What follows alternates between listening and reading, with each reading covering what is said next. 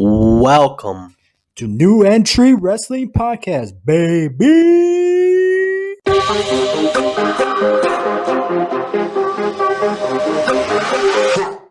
Welcome back to New Entry Wrestling Podcast. I am your host, Sexy Ian, with my co-host, Ever. What it do, baby?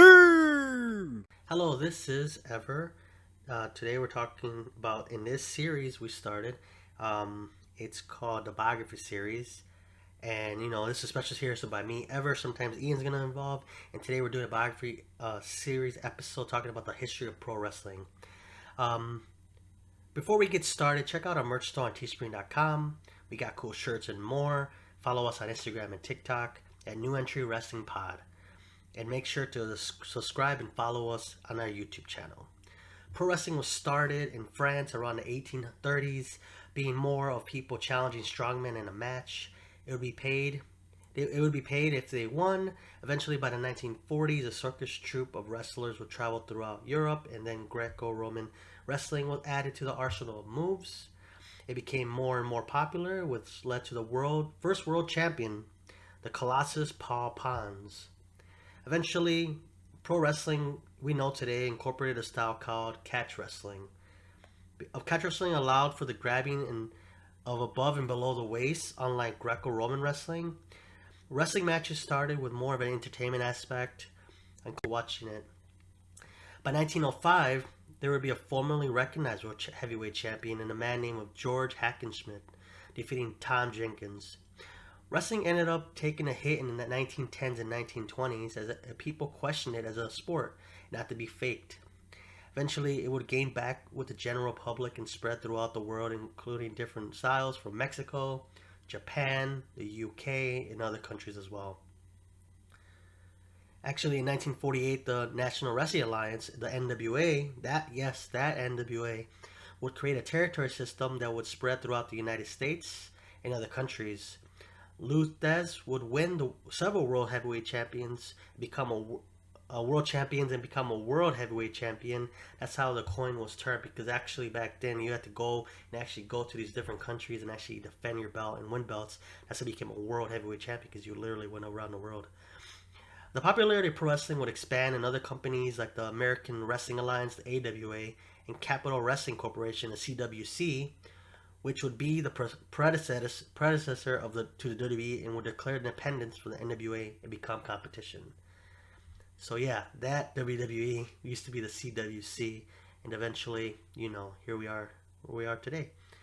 There were ups and downs as the NWA and now WWF would join and leave the NWA again. Eventually, Georgia Championship Wrestling, GCW, not that GCW, Georgia Championship Wrestling, would be the most watched show on what is now known as TBS in the early 1980s. So TBS had wrestling for a while, actually. The 1980s experienced a boom in pro wrestling as Vincent Kennedy McMahon took over the WWF and renamed it the World Wrestling Federation, and Jim Crockett Promotion, JCP, which will eventually become World Championship Wrestling, WCW. The WWF would end up growing, and Vincent Kennedy McMahon would gamble on the success of WrestleMania as it became a premier event in pro wrestling, and it worked with providing good competition to the NWA Starrcade. This would eventually chip away at the territories as WWF and JCP would take their wrestling promotions more national and not localized by region. Jim Crockett Promotions would eventually be sold to mogul Ted Turner and rename the company to WCW, setting the stage to a major battle for supremacy in the 1990s. Before I continue, guys, like I mentioned, check out our merch store, follow us on TikTok, Instagram at New Entry Wrestling Pod, and like our YouTube channel. We're always trying new things, so this biography series is one of them. But yeah, let's continue.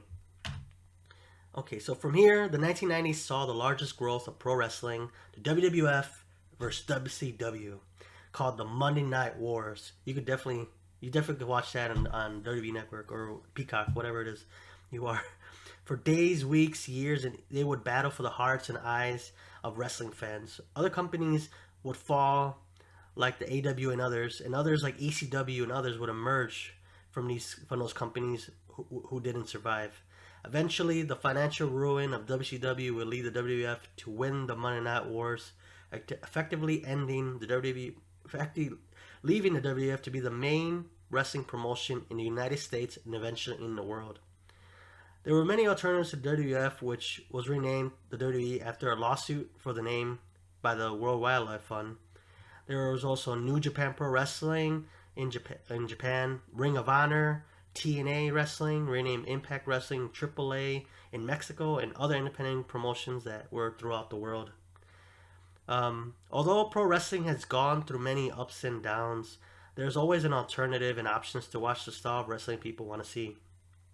I highly recommend pro wrestling from various regions. Although pro wrestling is not as popular as it once was, it still has an audience. So I definitely recommend people to, obviously you have the major companies like WWE, AEW, you have Impact Wrestling, AAA, CMLL, MLW, GCW.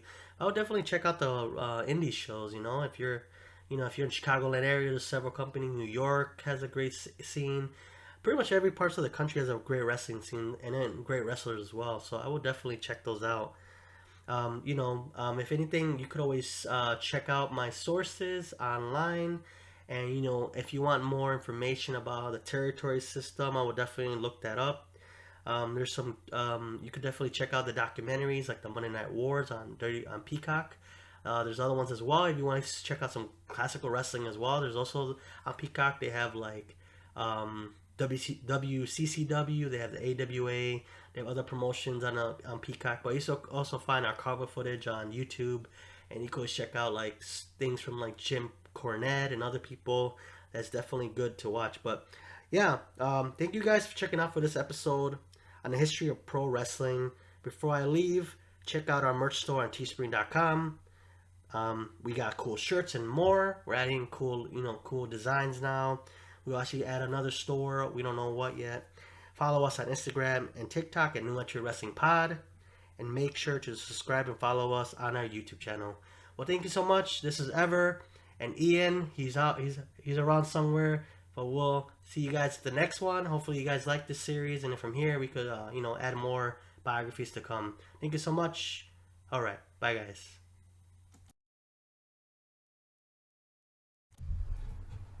Yay!